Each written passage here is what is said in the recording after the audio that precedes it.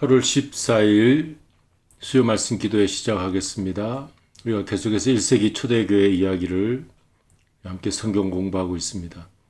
초대교회와 닮은 꼴 찾기, 자발적 조합 두 번째 시간입니다. 지난 시간에 복습을 하는데 자발적 조합이죠. 노동조합, 무슨 협동조합, 이런 조합과 기독교의 차이점. 그러니까 고대 1세기에도 이런 조합들이 있었어요. 근데 기독교회도 이제 사회 이런 조직과 같은 단체와 같은 모습과 비슷하게 출발했는가 하고 이제 살펴보는 것인데, 사회사적 그 교회사를 공부하는 거니까 이제 사회에서 어떤 일들이 있었는가 찾아보는 것이죠. 예, 비슷한 것을 찾아보니까 콜레기아, 그 조합이 콜레기아라는 말이죠. 자발적인 조합. 이제 사람들이 어업이나 농업이나 무슨 수공업이나 그런 조합을 만들었는데, 교회는 에클레시아, 밖으로 불러낸 무리라는 용어를 썼고, 조합은 이런 용어를 쓴 적이 없다. 이 복습하는 시간입니다. 지난주 이 3번까지 공부를 했어요. 그런데 이제 이 조합은 그 주로 서민으로 이루어진 조직이었지만, 교회는 다양한 사회계층, 귀족들도 들어와 있었다 그랬죠. 그러니까 교회가 더 인종 차별이 없었다, 그렇게 볼 수가 있습니다. 안디옥 교회 그 사도행전 13장 1절에 보면 헤롯의 젖동생 마나엔, 그리고 니그로 뭐 이런 사람들이 있었다. 니그로면 이제 종살이하는 종노예였을 테고, 헤롯의 젖동생이라면 귀족을 말하는 것이죠. 그러니까 다양한 계층이 있었다. 이제 이런 걸 우리가 공부했고요. 그리고 조합 콜레기아는 자발적 노력 참여로 이루어진 조직이고, 또 후원자들에게 감사표하고 명예 기리는 그 비문이 발견되는데, 파피루스에 그런 이제 기록들이 있었다고 그랬습니다. 그러나 초기 교회는 후원자의 흔적을 찾지 못하고, 후원했다고 해서 특별주의 부여하지 않고, 그 후원자가 없는 그 교회는 그렇게 시작했다. 거기까지 배웠고, 이제 오늘 계속해서 이어서 자발성의 문제에 있어서 초기 기독교회는 정기 회비를 강제로 모금했다는 증거가 없다는 것입니다. 그러나 콜레기아, 이 조합이죠. 이 조합은 어업조합, 직물조합, 수공예조합, 자기들이 그 기능을 가지고 모여서 같이 어떤 조직 단체를 만들었는데, 그 사람들은 이름에 걸맞지 않게, 자발적이라는 그 걸맞지 않게 운영면에서 강제적이었다. 그러니까 정기회비 내라, 또 내지 않으면 벌금을 내고 하는 이런 벌금 제도가 있었다. 이런 내용을 어떻게 아느냐면 1세기 문서 파피루스를 연구해 보니까 이런 걸 알게 되었다는 겁니다. 그러나 초기 교회는 자발적인 선의와 나눔의 정신으로 유지되는 공동체였다. 터툴리안이라고 하는 분은 초대교회 교부입니다. 교부 시대라고 그래요.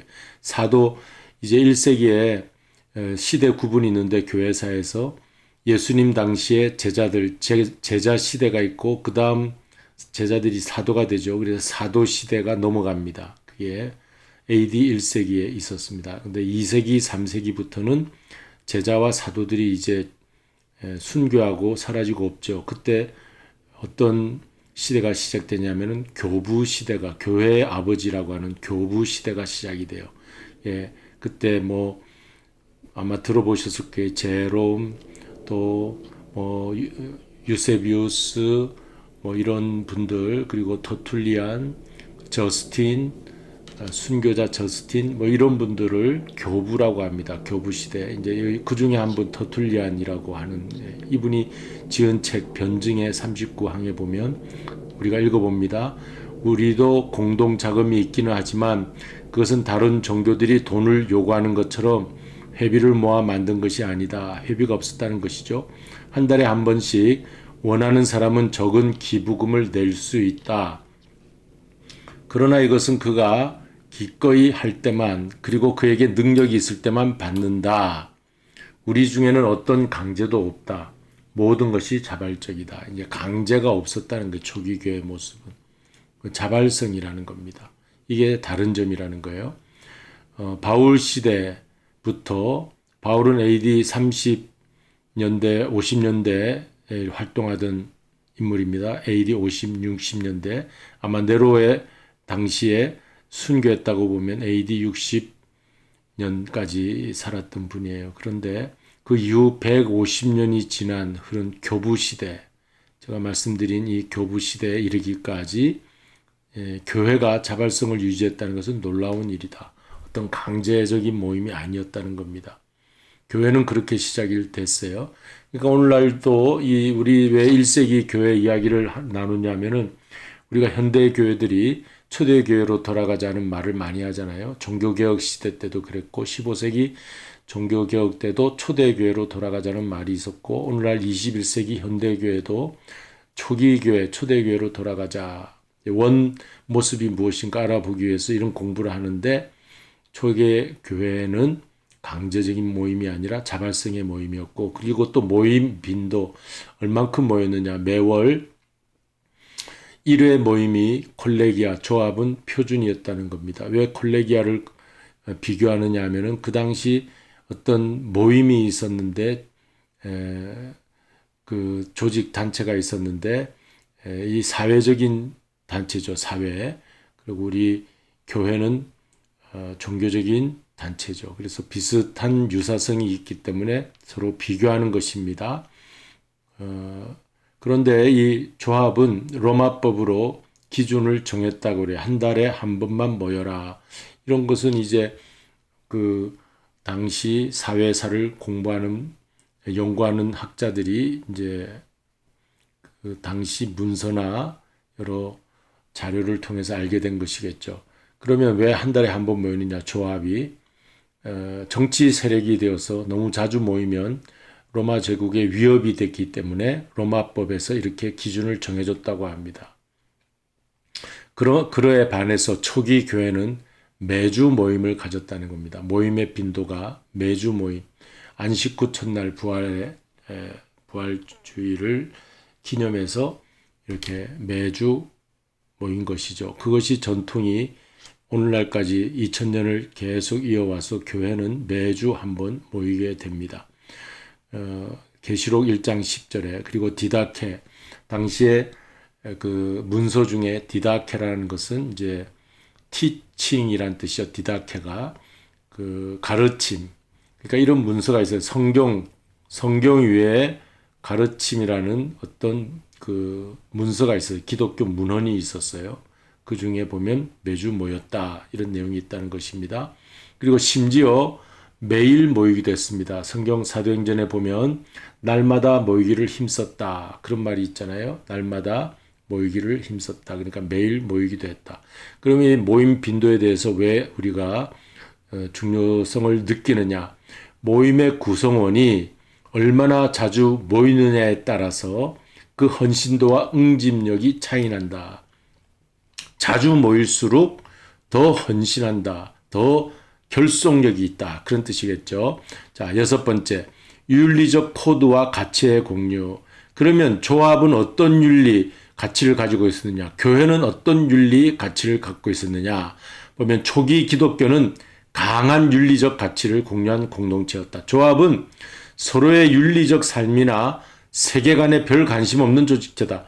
조합은 서로 그냥 경제적인 유익, 이득만 얻으면 되는 것이었어요. 무슨 윤리적으로 아주 거룩한 삶을 산다든지 어떤 세계관에 어떤 별 관심이 없는 조직체, 조합이라는 것은 그냥 경제 공동체였죠. 그러나 초기 기독교 교회는 아주 세계관이 창조의 하나님의 그 가치관을 가지고 있었어요. 그리고 내가 거룩하니 너희도 거룩하라는 하나님 말씀에 따라 아주 거룩한 공동체였어요. 이게 다른 점입니다.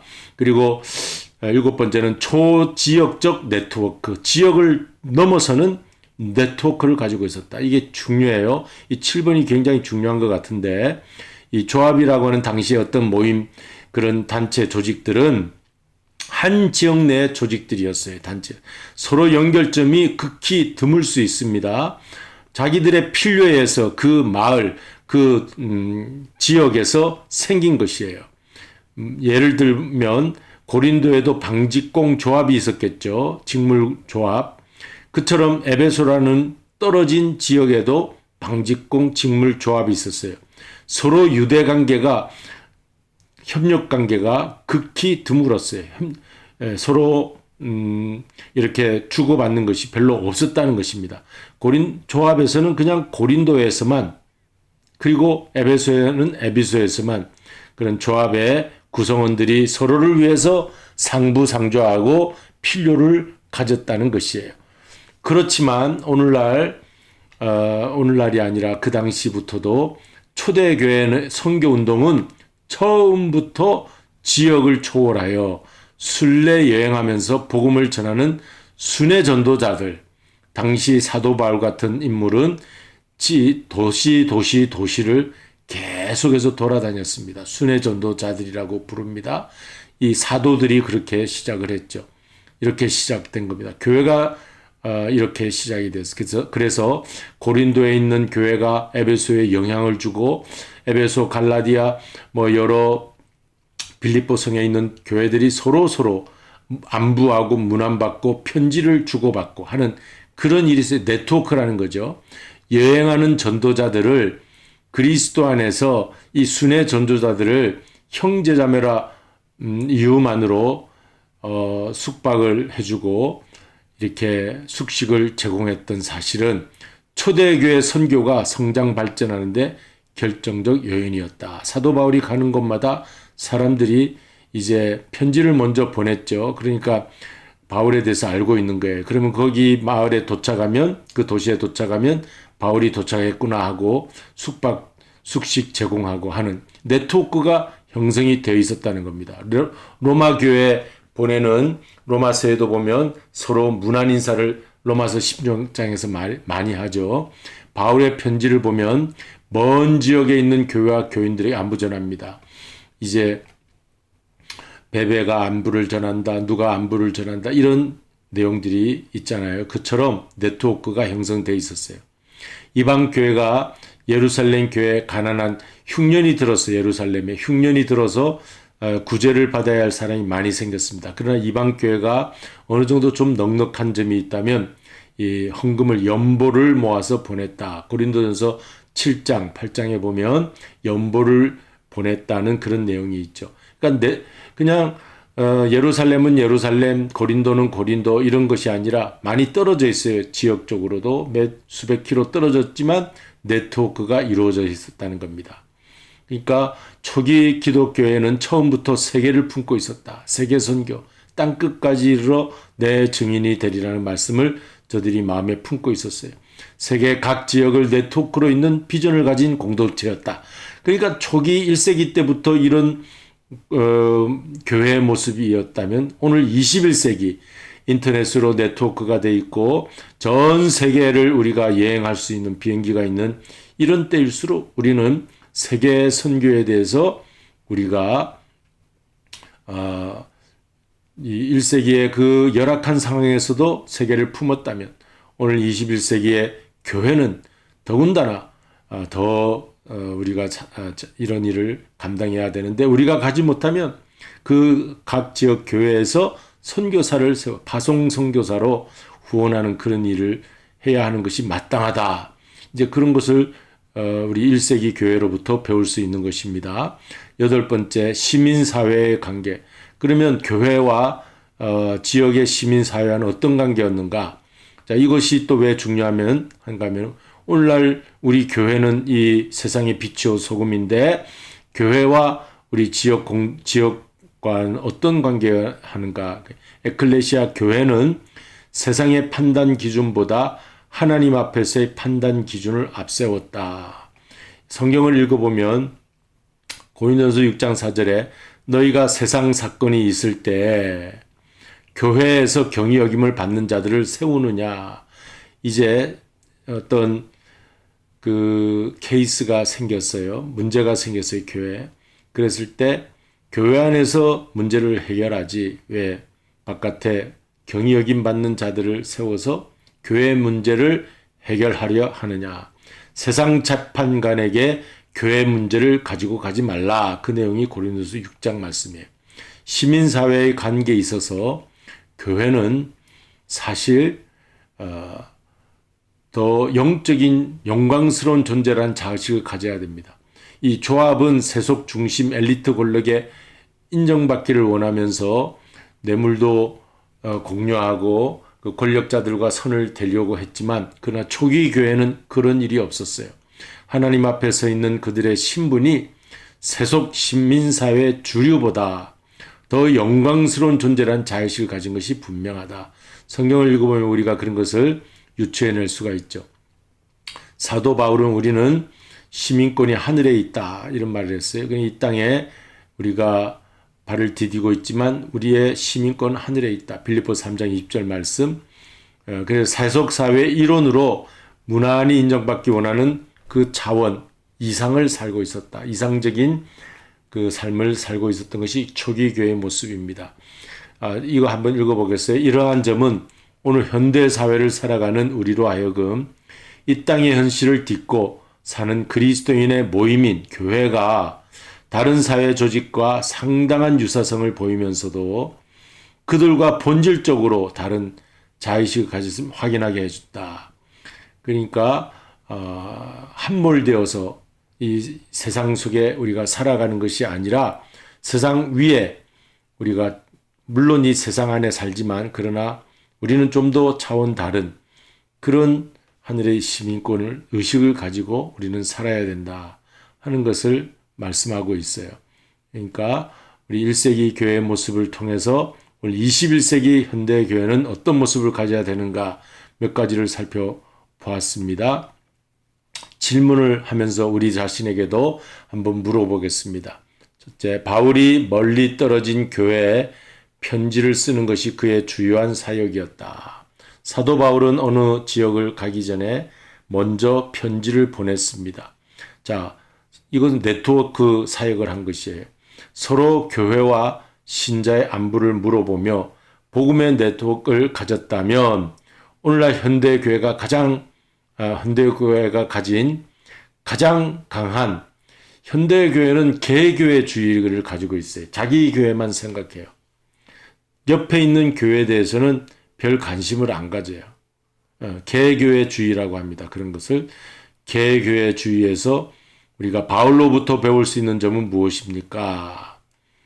사실 샌디에고라고 하는 이 지역에서 우리가 한 교회가 있다 할지라도 사실 하나님 나라 편에서 보면 우리 전 교회들이 협력 사역을 해야 됩니다. 연합을 해야 돼요. 그런데 실제 들어와서 보면 마치 경쟁하는 듯한 모습의 교회의 모습을 볼 수가 있는데 그것은 1세기 교회에서는 그런 모습을 볼 수가 없어요. 복음의 네트워크를 가지고 바울은 그리스도 안에서 한 교회다 하는 의식을 가지고 복음 사역을 감당했습니다. 오늘도 개교회주의로 남의 교회, 우리 교회 이렇게 서로 적대시하는 것이 있어서는 안 됩니다. 전 세계 교회가 사실은 그리스도 안에서 하나가 되어야 되는데 왜 이렇게 개교회주의가 되었냐 하면은 이단 사이비도 많고 또 서로 강조점이 다르고 교파가 많이 갈라지면서 신앙의 모습이 각양각색이기 때문에 서로 많이 다른 교회에 대해서 경계심을 가질 수밖에 없게 되었어요. 그런데 크게 보면 주님 안에서 우리가 개교회주의로만 우리 교회만 바르다, 우리 교회만 중요하다 이런 개교회주의는 사실 우리가 버려야 되는 것인데 참 어렵죠. 이단 사입이 잘 분별해야 되고 교파주의를 분별해야 됩니다. 어쨌든 우리가 이 복음의 네트워크를 생각해서 교회 연합운동도 잘 감당했다. 우리 샌디에고에 교역자 협의회가 있잖아요. 한 40여 교회가 모이고 있는데 그런 연합 활동도 잘 해야 된다. 혼자만 독불장군으로 해서는 안 된다. 이제 그런 말씀입니다. 오늘 여기까지 공부하고 1세기 교회로부터 오늘 배운 몇 가지가 있다면 무엇인가 생각하고 이제 우리 현대 교회, 우리의 지금 현재 모습의 교회의 모습을 우리가 잘 유지해 나가시기를 바랍니다.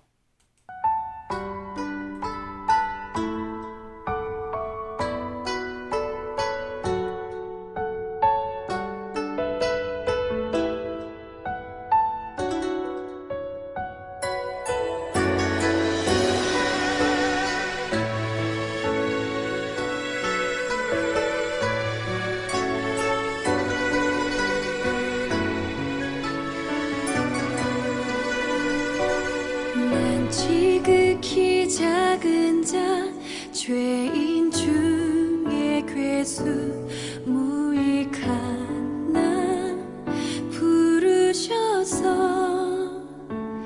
간절한 기대와 소망 부끄럽지 않게 십자가 전게 하셨네.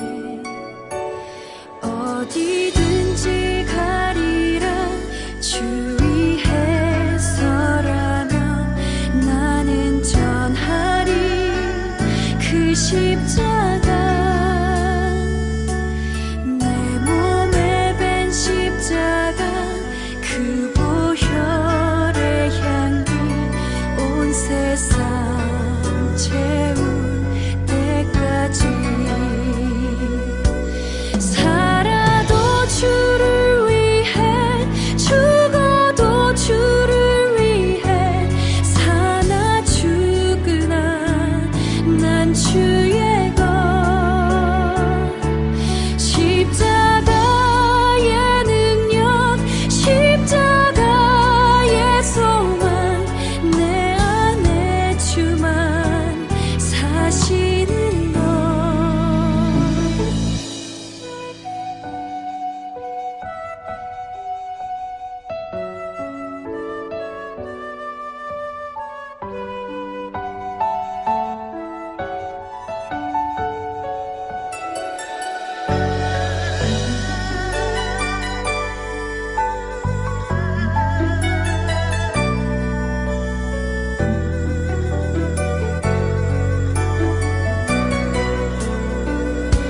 살아도 주를 위해 죽어도 주를 위해 사나 죽으나 난 주의 것. 십자가의 능력 십자가의 소망 내 안에 주만 사시는 것. 살아도 주를 위해 죽어도 주를 위해 사나 죽으나 난 주의 것. 십자가의 능력 십자가의 소망 내 안에 주만 사시는 것.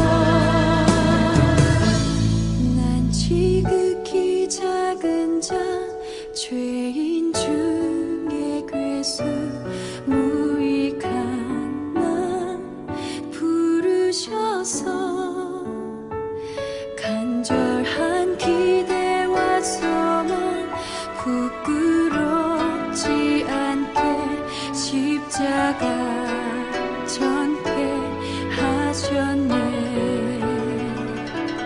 내 사랑 나의 십자가.